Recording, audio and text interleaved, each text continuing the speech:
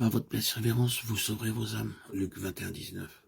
Celui qui aime sa vie la perdra, et celui qui est sa vie dans ce monde la conservera pour la vie éternelle. Jean 12, 25. Nous ne sommes pas de ceux qui se retirent pour se perdre, mais de ceux qui ont la foi pour sauver leur âme. Hébreux 10, 3, 9. Parce que vous obtiendrez le salut de vos âmes pour prix de votre foi. 1 Pierre 1, 9. En lisant Luc 21, 5 à 19, nous pouvons aisément nous apercevoir que ce passage des Écritures parle du salut de l'âme. Par votre persévérance, vous sauverez vos âmes. D'habitude, chaque fois que la Bible parle de notre salut, elle insiste sur le fait de croire ici. Cependant, il est dit que par la persévérance, nous sauverons nos âmes. Donc il doit y avoir une différence entre le salut de l'âme et le salut de l'esprit. Si je me souviens exactement, l'évangile selon Jean mentionne 35 fois que celui qui croit à la vie éternelle. Dans tout le Nouveau Testament, il n'y a point de 150 cas où apparaissent des affirmations comme croire et être justifié, croire et avoir la vie éternelle, croire et être sauvé, et ainsi de suite. Pourtant ici, il est parlé de persévérance. La persévérance est une œuvre. Elle n'est pas la foi. D'où que le salut de l'âme est tout à fait différent de simplement avoir la vie éternelle. Lisons attentivement ce passage de Luc 21 et considérons comment il parle du salut de l'âme.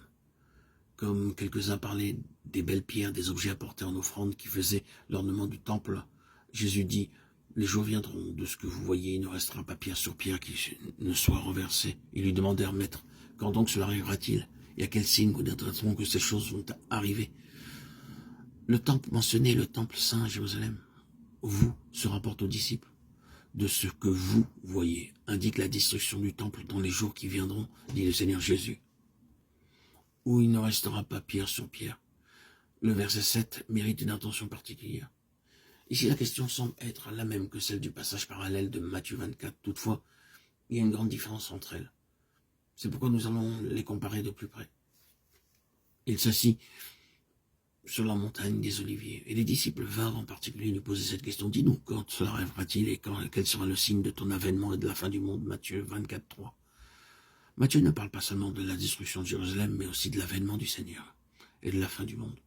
Alors que Luc s'occupe exclusivement de la destruction de Jérusalem. Dans le passage de Luc, les disciples demandent uniquement quand cela arrivera-t-il, c'est-à-dire quand aura lieu la destruction de Jérusalem. Et à quel signe connaîtra-t-on que ces choses vont arriver? Il n'y a pas un mot pour s'informer de l'avènement du Seigneur ou de la fin du monde. Rappelons les questions qui sont soulevées dans l'évangile de Matthieu. Quand cela arrivera-t-il? Quel sera le signe de ton avènement? Quel sera le signe de la fin du monde? D'autre part, dans l'évangile de Luc, les questions se portent sur un seul point.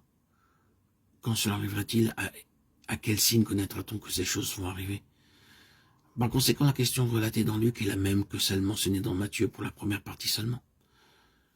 La destruction de Jérusalem eut lieu postérieurement.